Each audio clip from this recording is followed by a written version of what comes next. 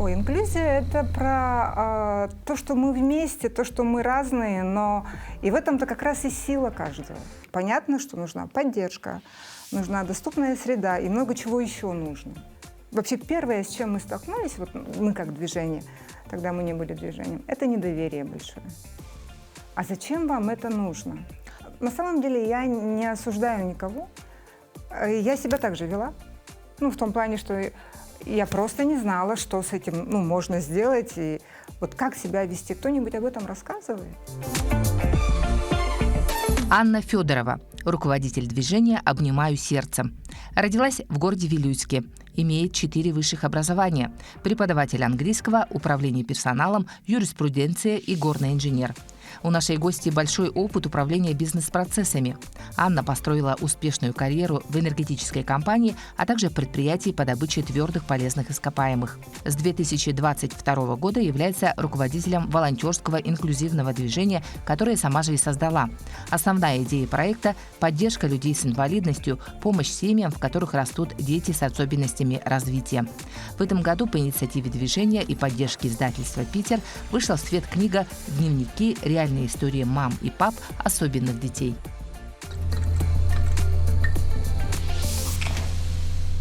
Здравствуйте. Да, здравствуйте, Анна. Встретились Анна Александровна с Анной Александровной. Вот видите, как классно. Чтобы поговорить об очень важном, не только, мне кажется, для вас, но и для всего нашего общества. О деятельности вашего движения. Давайте начнем, наверное, с самого начала. Как все началось? Это же началось не так давно? Да, это началось 3 года тому назад. Началось с тревоги. И в такие моменты иногда только одно слово, либо поддержка другого человека может решить все. И это будет как импульс для того, чтобы пойти вверх. Да? И первый проект был какой? И первый проект была выставка в смарт-библиотеке, экскурсия в мир особенных людей. Там были интересные факты, да, из жизни известных людей? Да. Там, например, был Константин Циолковский, не все знают, что он был глухой. Томас Эдисон. Вот наушники в наших ушах, это вот он, например, изобрел микрофон. Не все знают, как Бетховен писал свои симфонии. Вот. И очень хотелось, чтобы люди почувствовали, каково это. Знают те, кто был на выставке. Да. А мы не знаем, да? Кто не был, тот не знает. Главное было погружение в чувствование. Угу. То есть смотреть без зрения, слышать, видеть людей без слуха, либо пойти в тактильный коридор и прощупать, там 18 тактильных досок было, только 12 могли максимально угадать люди. А это заставляет задуматься, что действительно мы владеем бесценным даром. Мы можем видеть, мы можем тактильно чувствовать, мы можем обнимать наших любимых, ходить по земле босиком, а вот кто-то этого лишен. И, может быть, от меня этому человеку на данный момент нужна какая-то поддержка. А потом все последующие шаги, они возникли вообще без какого-либо плана. Какие были последующие? Вы имеете в виду показ был у вас, по-моему, да? Модный. Каждый раз какой-то возникает вопрос. Ульяна Павловна Максимова, она председатель регионального отделения общества глухих, спросила: «Анна, а почему в Якутске нет инклюзивных концертов?» А я говорю: «Ульяна, откуда же я могу знать, почему нет в Якутске инклюзивных концертов?» Ой, инклюзия — это про то, что мы вместе, то, что мы разные, но и в этом-то как раз и сила каждого. Чтобы не было разделения нормотипичные и люди с ограниченными возможностями здоровья. Но это вообще касается всего на самом деле. Если я болею гриппом, либо если я проходила операцию, внутри меня-то что изменилось? Ничего. Если я сломала руку, либо что-то со мной произошло, не со мной, так с кем-то, что случилось? Ничего, я такой же человек внутри. Но почему-то в обществе, на самом деле это, наверное, пошло с юридических, разрешения вопросов. Потому что действительно для людей с ограниченными возможностями здоровья, это понятно, что нужна поддержка, нужна доступная среда и много чего еще нужно. Но если мы говорим об обществе, это же вообще очень интересная тема с точки зрения страхов людей, Да. установок, которые сидят в голове. Я после того, как вот мы погрузились в тему особенного родительства, ну, то есть мы не сразу к этому пришли. Вначале вот были, да, экскурсия, потом виртуальная экскурсия в мир особенных людей. Мы пошли по школам, и уже больше тысячи школьников посмотрели наши уроки, это видеоуроки. Инклюзивные концерты, инклюзивные модные показы. И пришли к тому, что мы хотим рассказывать о тех, о ком все молчат. Вообще первое, с чем мы столкнулись, вот мы как движение, тогда мы не были движением, это недоверие большое. А зачем вам это нужно? Логично. А зачем вам это нужно? Вы что, хотите быть депутатом? Да, Наверное, обязательно, да? обязательно. Что вы с этого имеете? А какие гранты вы получаете? Вот, какие гранты вы получаете. Да. Пока мы Такая гранты, настороженность, да? пока мы гранты не получаем. Здесь, наверное, все-таки идея состояла в том, что, во-первых, мы хотим проявиться. Вообще, каждый из нас, вот мы с вами, это общество. Да? Да. И если я буду сидеть и ждать, что кто-то мне подарит какое-то счастье, кто-то наполнит моим смыслом, мою жизнь смыслом, то это, ну, по-моему, так себе история. Да? А если я проявляю свою позицию, вообще для меня сейчас уже «Внимаю сердцем» — это просто как образ жизни. Я ничего неестественного в том, чтобы поддерживать других людей. Вообще, тут вообще дело не о том, что вот мы такие добродетельные, да, там, благодетели, а есть категория благополучателей. Это вообще не про это. Это про то, что мы все вместе делаем одно дело. Все. Сама по себе идея дневников мамы заключается в чем? В том, что мамы, у которых дети с особенностями развития и здоровья, пишут свои дневники, Да. да? Истории жизни. Они пишут историю жизни, что мешало, что помогало, как проходили этапы принятия и что есть сказать другим родителям и обществу. А еще много. непонимание, наверное, каких-то особенностей и почему ребенок так себя ведет. Да. Да? Ну, страх по большому Ты плохая мама, ребенок капризный. Давайте сейчас приведем дядю полицейского, он успокоит вашего ребенка, а у ребенка эмоциональный криз, например. Вот. И на самом деле я не осуждаю никого. Я себя так же вела. Ну, в том плане, что я просто не знала, что с этим можно сделать, и вот как себя вести. Кто-нибудь об этом рассказывает? Не знаю. Ну, сейчас как уже будто да. бы, да, рассказывают, но такое ощущение, как будто бы те, кто рассказывают, они рассказывают для тех, кто об этом знает. Ну, как будто бы, да, концерты проводятся для тех, кто уже является членом, допустим, общества. Вот. Почему у нас идея-то эта возникла о том, что мы хотим рассказать, хотим показать, как какие талантливые люди, как это мощно и как это красиво. И когда я задавала вопросы, у нас в Якутии очень много лауреатов инклюзивных фестивалей, конкурсов, творческие коллективы, да, коррекционных школ, например. Но их никто не приглашает. Их на большие, нормальные, условно, концерты их никто не приглашает. На тот момент так было. Сейчас приглашают, да. А вы ведь этим непрофессионально занимаетесь? Да? Нет, То есть конечно. Это же такая общественная инициатива. Да, это, наверное, для меня это про свободу, про то, что мне классно, когда я вижу результаты. Люди ко мне обращаются, у нас есть команда, я же не одна. Это вообще не про Анну Федорову на самом деле. Это движение волонтерское, нас много. В команде где-то человек 15, такой костяк, да. У нас есть 7 проектов, и они такие динамические.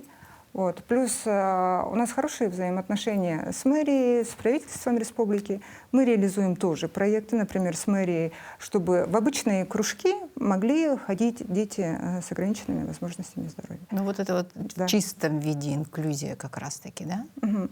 Оказывается, до этого это так не реализовывалось. Нет, не реализовывалось отдельно всегда. Если у вас инвалидность, вы в отдельную группу. Да, да. А потом мы как-то начали расти. С минеральных вод мне написала мама, что тоже хочет, чтобы ребенок участвовал, что его не приняли. Ну, раз ребенок хочет, давайте. Ну, я задала ряд вопросов маме. Вы готовы? Это Ульяна Винокурова. Она говорит, да, я готова. Ну, вот. И после этого открыли в минеральных водах в Доме культуры, значит, кружки тоже инклюзивные. И уже эти дети побеждают на конкурсах. То есть у вас уже есть опыт тиражирования, да, Да. ваших проектов. Это не только локально для республики, Да. но и для всей России. А какие еще принципы ваше движение поднимает как флаги, кроме, допустим, возможности тиражирования нашего опыта? Какие еще? А будучи маленьким, сразу думай как большой. Угу. То есть мы не стесняемся, мы сразу обращаемся к национальным проектам. Ну, мы смотрим, какие национальные проекты, и как мы совпадаем с ними. И мы говорим об этом. Бизнесу мы идем и говорим о выгодах для бизнеса, об ESG, о практиках, об устойчивом развитии, о деловой репутации. Исполнительную власть, когда мы идем, обращаемся, мы говорим, что мы решаем систематические вызовы общества. Ну и перечисляем такие. А когда мы обращаемся к людям и к сердцу, что называется, в частности, к родителям особенных детей, когда мы просили, все же писали с миссией для того, чтобы помочь той маме, тому папе, кто сейчас столкнулся с такой жизненной ситуацией. Ведь никто не мечтает о том, что родится ребенок с инвалидностью, а жизнь семьи меняется кардинально. И никто никогда к этому не готов. Как вы можете на это повлиять? Как вообще на это можно повлиять? Рассказывать. Кому? Всем? Рассказывать, ну, обществу в том числе. Ну, то есть вот если возвращаться опять к дневникам мамы, то это целевая аудитория, прям все, кто умеет читать. Нет, конечно. Перво-наперво целевая аудитория — это родители особенных детей, кто в самом начале пути. Понятно. Кто с этим только столкнулся. Да, Для только. того, чтобы была возможность поделиться опытом, да? То есть заимствовать опыт Из людей, дневников- которые уже прошли это. из дневников получить опыт эмоциональной поддержки. Я не одна. Ну, есть семьи, кто справляется, кто проходит. А второй момент, можно какие-то практические реальные кейсы найти. Можно, ну, то есть и есть понимание, что есть такое движение, и я здесь тоже получаю, ну, могу получить поддержку. Мы вообще видим чудо исцеления. Вот прямо как действуют дневники на авторов еще, которые сами пишут, да. И я сейчас, когда смотрю, как приходят, мы еще мотивационные семинары проводим, мы их называем девишниками. Для мам? Для мам особенных детей. Да. И я уже вижу, мама, которая вот только-только пришла, это всегда какая-то вот такая закрытая поза, взгляд недоверчивый, и ей либо стыдно, либо очень как-то неуютно, непонятно, что здесь вообще происходит. И мамы, кто уже с нами как-то встречался, это другой взгляд, это более свободное самовыражение, мне кажется. Потому что мы им даем возможности же. Ну как это? Мы даем, это, наверное, неправильно сказано. Мы вместе идем и вместе делаем. Вообще это сообщество Да. дает возможности. Ну да. Дает возможности какие? Не испытывать чувство вины? Не искать виноватого? виноватого? Виноватого, мне кажется, ищут все вначале. Я думаю, да. Это же одна из стадий принятия. Да. Часто виноват бывает дедушка или бабушка, или там кто-то где-то когда-то тогда. И сейчас мы несем карму. И основное, что я поняла, вот сейчас я хочу обратиться к тем, кто столкнулся с такой ситуацией. Не теряйте, пожалуйста, время. Это вот самое драгоценное. Не надо вот эти похождения к шаманам, гадалкам, бегать по форумам. Надо идти к врачам, кто профессионально этим занимается. И, возможно, не к одному. Ну, то есть послушать мнение хотя бы 2-3, да, специалистов. Понятно, что обретают люди, которые уже в этой ситуации находятся. Это не их выбор, так получилось. Их Да. просто, жизнь погрузила в эту ситуацию, и они должны принять. У них нет тоже выбора, нет. Они должны это пройти, они должны принять, они должны понять, в чем их сила и так далее. Это вот путь такой сложный. А вы, как человек, вы же ведь не вовлечены вот во все эти процессы, по идее. Да? Жизненно вы имеете. Да, жизненно. Вы не являетесь мамой ребенка с ОВЗ, да? Вы просто человек, который когда-то решил, что надо этим заняться, и почему бы и не я. И вот у меня вопрос к вам.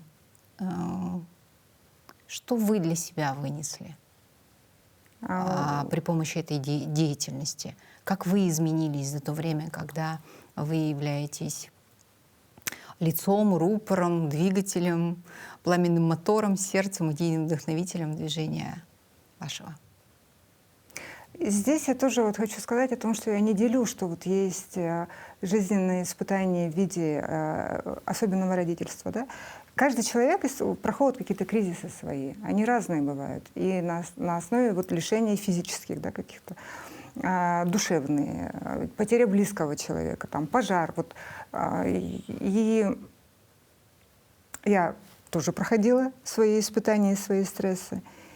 И я понимаю, что такое чувствовать боль.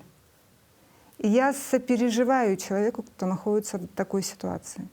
И я готова, обнимаю сердцем же, обнять сердцем этого человека. В принципе, я к этому готова. Но это не про спасательство. Вот тоже хочу сказать, что это не про спасательство. Ну и сопереживание — это тоже не про жалость. Это вообще не про жалость, абсолютно. Наоборот, я вот очень щепетильна к этому, когда... Я вижу, что многие мероприятия, вот инклюзивные концерты, какие-нибудь конкурсы, они приходят вот с такой вот нотой жалости. Пусть они выйдут, да, там, получат, мы им там, дадим какие-то там грамоты. Об этом очень классно пишет Мухаммед Арзуманов из Дагестана в дневниках. Он прямо очень хорошо об этом пишет. Вообще, я, читая каждый дневник, всегда плачу, но я это воспринимаю как очищающие слезы. Мы становимся все равно циничными. И это не... Меня спрашивают, почему ты этим занимаешься, почему ты чужой болью хочешь заниматься. А для меня это про очищение и про человечность. Мы сейчас живем в таком цифровом фоне, мы одеваемся, как велят бренды, мы начинаем думать, как говорят блогеры, например. Да? И теряется какая-то, может, самое важное, это связь человеческая, которая рождается в таких разговорах, в прикосновениях. Вот у меня случился вообще какая-то мистика какая-то, когда я вот с Лерочкой, с девочкой из ДЦП, мы взялись за руки. Это для меня была какая-то такая вообще, я не знаю, как это даже слово подобрать. Потому что я реально чувствовала, что мы общаемся с Лерой глазами, вот прямо волосинками, да, на коже. И внутри у меня родилось чувство такой глубокого сожаления, что это я не понимаю. И после этого, это было какое-то потрясение для меня, и после этого я поняла, что я изменилась. Потому что раньше я жалела. А сейчас мы на равных с ней общаемся. И у меня же, сожаление, что я не понимаю. А не то, что я вся такая нормотипичная, а ребенок с ДЦП, бедный такой, да? Раньше было так. У большинства и сейчас так. Да, и очень хочется, чтобы это отношение поменялось, потому что люди с инвалидностью, дети особенные, это вообще не параллельный мир же. Это мы все вот есть одно общество, и делать вид, что нет таких людей. Либо как-то вот так вот припудрить и как-то вот вольеры какие-то такие условные, да, сделать. А зачем? Зачем? Да, конечно, незачем. Но поэтому вот у нас и существует, мы все говорим про инклюзию, и при этом тут же мы говорим про детей с особенностями развития. Да? То есть вот они особенные, у них какая-то особенность. Соответственно, что мы их берем и отодвигаем, да, куда-то за границы вот этого нормотипичного мира. Что должно произойти, чтобы инклюзия стала реальностью, чтобы она перестала быть чем-то специальным в специально отведенном месте? Как должно измениться общество? Что должно измениться? Отношение. Отношение к таким людям. Потому что, ну, опять же, я только по своему опыту могу судить. У меня был страх, непонимание, как взаимодействовать. Многие мамы говорят о том, что они живут с чувством вины, что я, как женщина, не смогла родить здорового ребенка. Вот. А еще это чувство вины часто же поддерживается. Ну, конечно. Окружением, родственниками. Есть установками много социальными. стереотипов. Да. Многие мамы не идут... Вообще, это же про то, что эта мама внимательная и заботливая. Когда вот у нее какие-то тревоги либо опасения возникают в развитии ребенка, да, идти и обращаться к врачам. Но многие этого не делают. Как это у меня, что у меня родился такой ребенок, ну, это ничего, там, заговорит. Там, кто-то в 5 лет сразу фразами начал выдавать, там, чей-то родственник. Очень много же такого. И теряют время. Самое важное — время. Да. Ну, это же прям про колоссальную смелость, про колоссальную честность с собой. И про нежелание отворачиваться от правды. Я каждый раз говорю и буду говорить, и сейчас у меня вообще я очень волнуюсь, потому что вообще вот низкий поклон тем авторам, кто написал свою историю, потому что это такое мужество, это такая смелость, это же как выйти обнаженной на улицу. И сказать: я такая, Да, и моя семья такая, и ребенок мой да. такой. Я чисто по-человечески прям восхищаюсь этими людьми. Каким вы видите ваш проект через некоторое время? К чему вы стремитесь? Ну, во-первых, наш проект развивается не по плану. Что случилось, то и план. То есть мы вообще не думали. В 2022 году у нас было 18 человек. Это был такой импульс. Ну, может быть, из-за того, что я хорошая, я хочу сделать доброе дело. Вот. Но потом мы поняли, что это должна быть система для устойчивого развития. И я вижу, как это откликается в людях. И сейчас у меня понимание, что вот как раз-то самая сильная связь может быть. Именно когда вот от сердца к сердцу. Ну, то есть это вроде бы такие, ну, избитые слова, но для меня это уже буквально цепочка добра от сердца к сердцу. И было 18 человек, сейчас 7 направлений. Мы вышли в Приморье, нас пригласили, мы будем продвигать наши практики на Дальнем Востоке. Мы были организаторами модного показа на форуме международном в Москве. 11 декабря пройдет концерт. Вообще 18 ноября, наверное, с этого начну, будет презентация сборников. Это первый в России сборник автобиографичных историй, потому что до этого была либо одна только, либо один диагноз, либо один автор. У нас авторы из 12 регионов, 36 историй с разными диагнозами, потому что, в принципе, путь один. Тогда презентация будет 18 ноября в Санкт-Петербурге. Дневники мамы. Дневники мамы в доме Зингера, в самом центре Санкт-Петербурга. Издательский дом «Питер» нас поддержал, когда мы стали лауреатами национальной премии «Хедлайнеры ESG принципов» в Санкт-Петербурге и издаст книгу. Питер — большое издательство. Да. После этого будет в Москве презентация на форуме Агентства стратегических инициатив, лидерским проектом коего мы являемся также. Вот. И, конечно же, на родине будет самый вот триумфальный, мне кажется, я так жду, будет концерт. В декабре. Да, 11 декабря прилетят гости из Агентства стратегических инициатив из Москвы. Конечно, мы пригласили исполнительного директора издательского дома «Питер». Мы пригласили продюсера и организатора национальной премии «Хедлайнеры ESG принципов» Марину Богомягкову. Мы пригласили руководителя КСО транспортной группы «ФЭСКО» Анастасию Сивцеву. И я надеюсь, будет очень круто. Поэтому, если есть у кого-то проекты, которые вы хотите представить гостям, мне кажется, надо этим воспользоваться. 3 дня у нас будут идти мероприятия.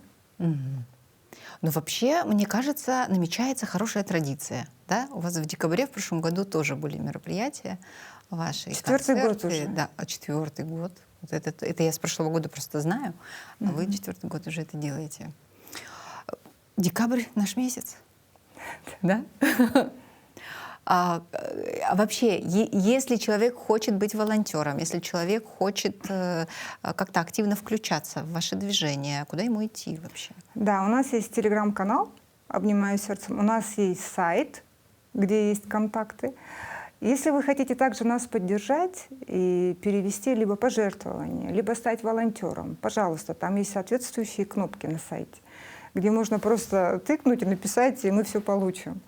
Есть адрес электронной почты. Ну и Якутия не такая большая, в принципе, кто хочет, он к нам находит дорогу. Ну, спасибо большое, Анна. Я желаю вам энергии, вам и тем, кто вас поддерживает, вашим друзьям, вашим соратникам. Потому что энергия, мне кажется, это то, что нужно будет вам, а все остальное, оно само по себе как будто бы притягивается на вашу активность, на вашу инициативу. Пусть все ваши начинания неизменно заканчиваются успехом. И традиционно, пожалуйста, ваши пожелания нашим телезрителям.